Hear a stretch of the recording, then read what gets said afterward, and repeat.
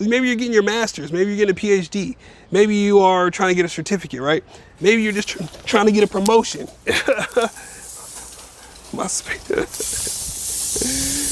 Oh, snap. My sprinklers just came on. That's hilarious. All right, let's get into it. Life is different when you hit your 30s. But the thing about being in your 30s is if you can nail your 30s, I think the rest of your life will be a lot better than if you fumble your 30s. Because you could fumble your 20s. Your 20s, someone said in one of my comments that your youth can protect the damages that you do to your body, right?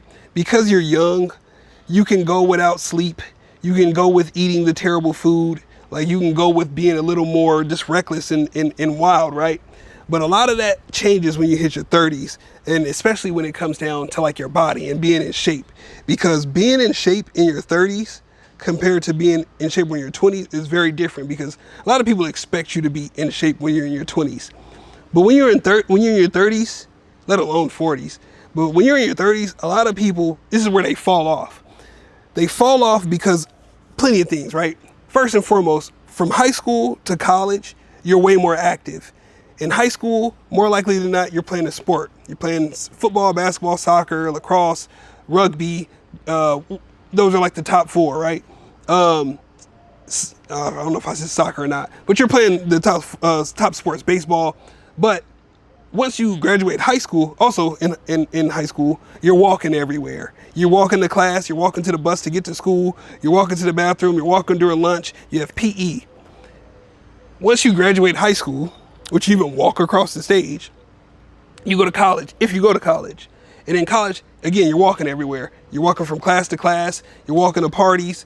You may or may not have a car. Hopefully you did, but a lot of students didn't have cars. So you're walking everywhere that you go, right? You're walking to class, you're walking to your dorm, you're walking upstairs, you're walking through the elevator, you're walking. So you're burning calories all day, 10,000, 12,000, maybe even 15,000 steps every day. So even if you are eating like crap, staying up late, you're still active. So your body is still burning calories and you're not holding on to a lot of belly fat or just body fat in general, right? But as soon as you graduate high school, as soon as you graduate college, all that changes if you're not working a job that is some kind of job that's going to keep you on your feet all day walking.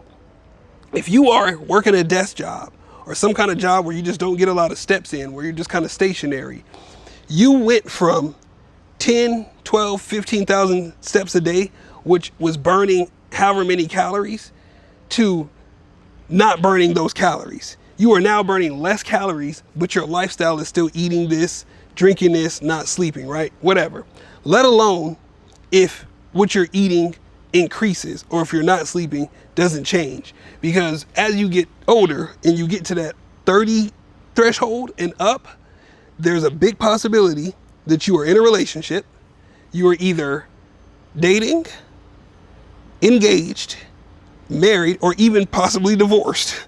But more likely you are married or engaged to be married, and there's a big possibility that you have at least one child at this point.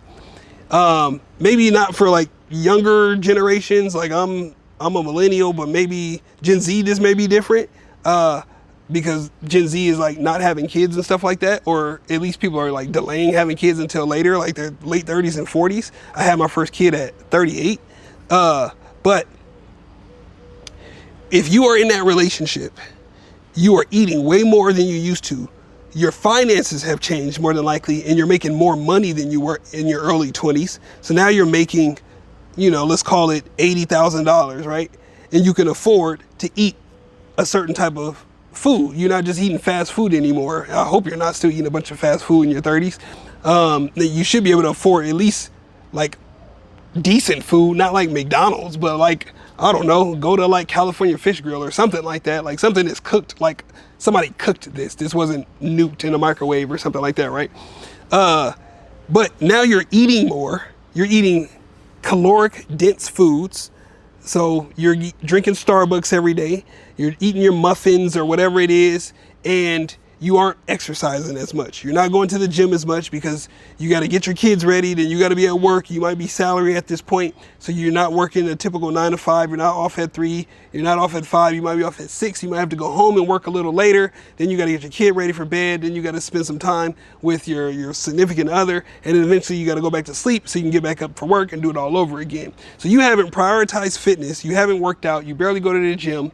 You're watching Netflix every night. You're binging your phone, scrolling all social media, including your email, and then you also aren't moving as much. You aren't getting the same amount of steps in as you once were. So now you've gained, in the matter of 1 year to 2 years, you've gained like 20 to 50 pounds. Straight up, 20 to 50 pounds. So most people in their 30s do not look like what they look like in their 20s, especially what they look like in their teens.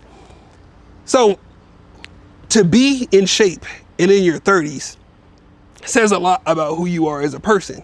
And it's also going to make you more attractive as a person because, again, you stand out compared to everyone who isn't in shape. So let's watch a video or two that kind of touches on what we're talking about here, and let's see if what I'm saying has some weight to it or not.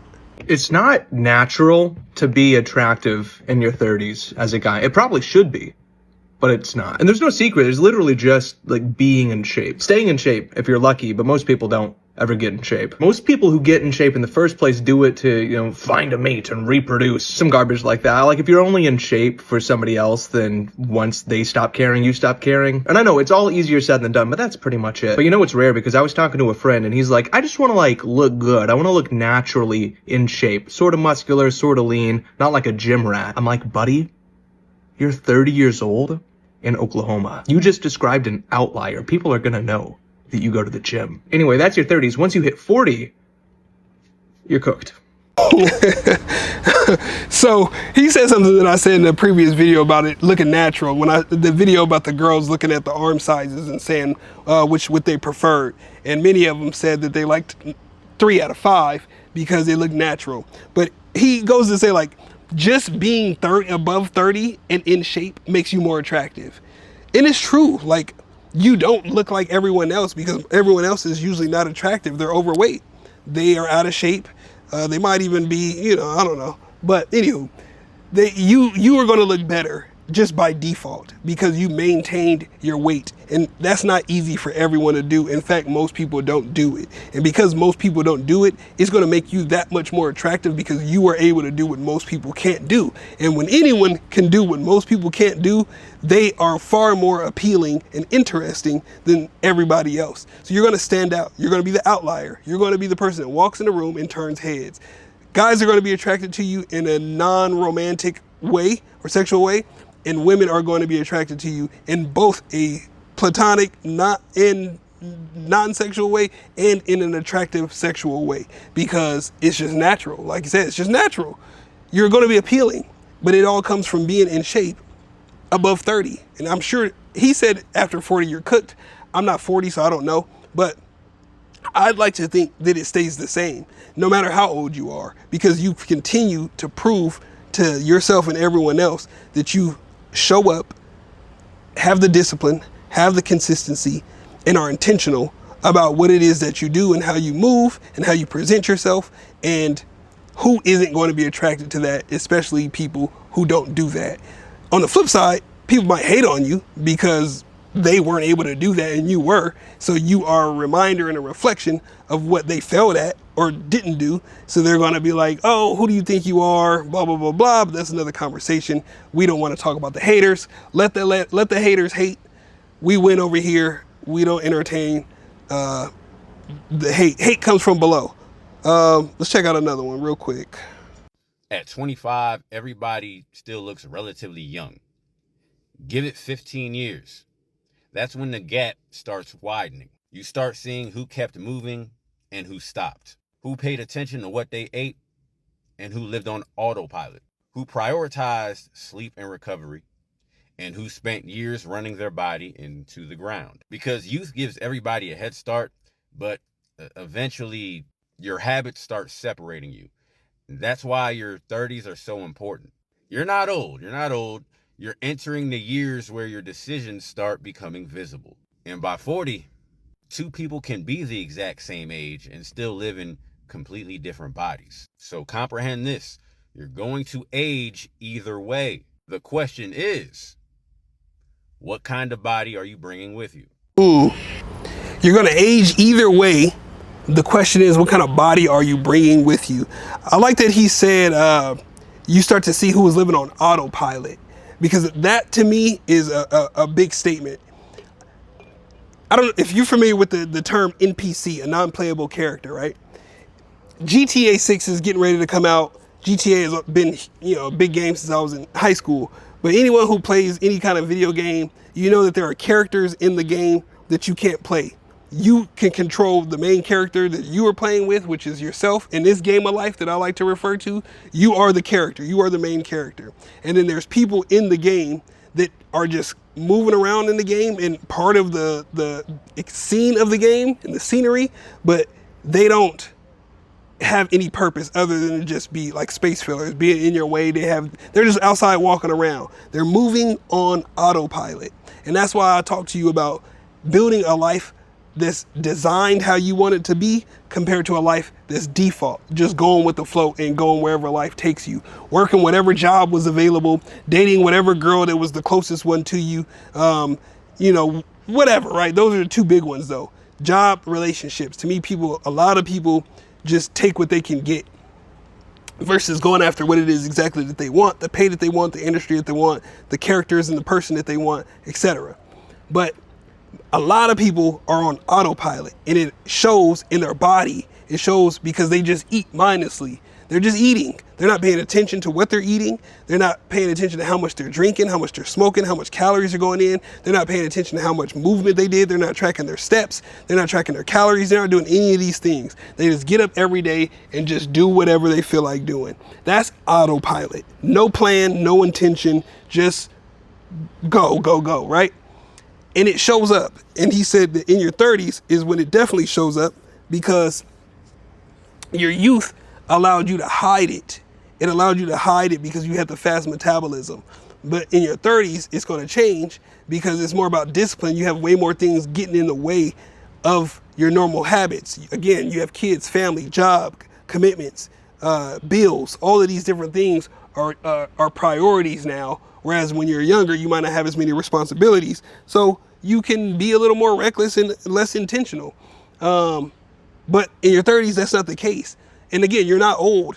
When you're young, you think being 30 is old. You're in your 8, 10, 12, even like 20. You're like, oh, dude, you're 30? Like, no way, you're cooked. But bro, 30 is when like you really get to make it happen.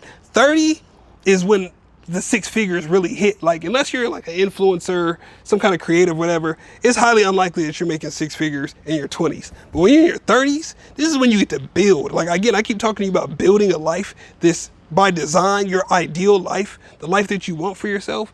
This starts to really happen in your 30s. So being in shape in your 30s and in your 40s, it's going to do so much more for you because you're going to be, again, way more intentional. Your mindset is going to be way different than it was in your 20s. Your goals are going to be different. They're going to be way more dialed in. And then your work ethic is going to be different if you have it. But again, if you're in shape, you have the work ethic. If you have the body that you want for yourself, or at least are building it, then that should correlate and correspond and go hand in hand with the life that you're building. Because, I mean, to me, they're almost the same thing. You're building your body, which you live in, and then your body exists in this world, in this game, and then you're building the world that you want to live in all at the same time. So it's easier to kind of do it all at the same time than trying to do one and then the other. But it's going to be easier for you to, even if you were to do one and then the other. Some people try to prioritize the other first. They want to prioritize work first. They want to prioritize, getting the finances in order first. That's backwards. Get your body in order first. Self-mastery, discipline, control, self-control.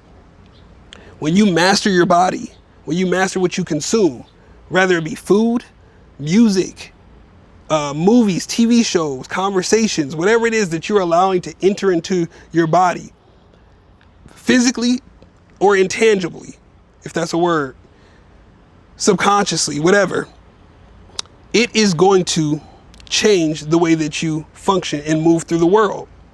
If you eat a bunch of junk food, your body is going to perform poorly. If you listen to a bunch of terrible music, or whatever, or watch a bunch of whatever, like slop, AI slop, whatever, internet slop, brain rot content, then you're rotting your brain. You're not your sharpest. You're ruining your ability to focus and have an attention span, because you're used to dopamine hits and swiping through your phone and always needing a new hit.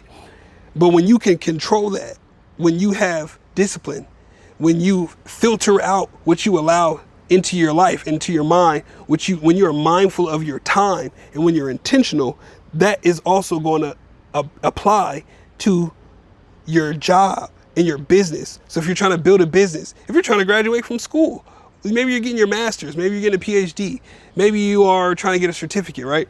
Maybe you're just trying to get a promotion.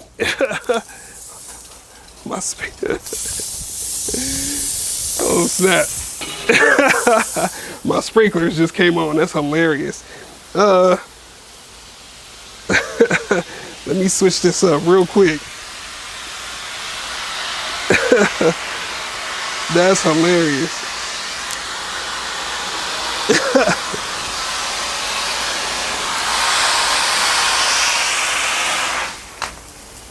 Sheesh.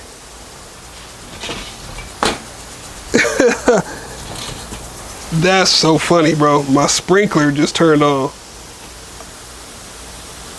Yeah, unplug this. That's hilarious. I might actually just keep that in the video for the sake of entertainment. For the sake of entertainment, we're going to keep that in the video. We'll edit that in somehow, some way. But before I finish this thing off, let me see how I want to do this. Let's do this like this. So, excuse me, your boy just got baptized by the sprinklers. But all of these things will impact. If you focus on the body first, it's going to have way better results for your finances than trying to focus on your finances and then turn around and try to fix your body. Now, I can understand not having the finances to fix the body, but you don't need a whole lot of money. Maybe you think you need like a personal trainer, you need a crazy grocery budget to be able to eat a certain kind of way or whatever, but that's not fully the case, right? You can be very mindful of what you eat and have a low budget and still eat healthy, still hit your goals, whether it be losing weight or building muscle. On top of that, you don't want to prioritize like the money and the job and then be unhealthy, right? Like, you're doing this for somebody else's company. It's different if you're building your own company, but when you're working a job, you're really building somebody else's company, right? So you don't want to prioritize someone else's dream versus your health in the long run, because what good is money if you're unhealthy? I made a video about this before, but what good is money if you're unhealthy? Like, what are you really going to do with money if you're unhealthy? I'll tell you what you're going to do. You're going to have a bunch of copays because you're going to be at the doctor all the time. You're going to be paying for prescriptions. You're going to be paying for hospital bills.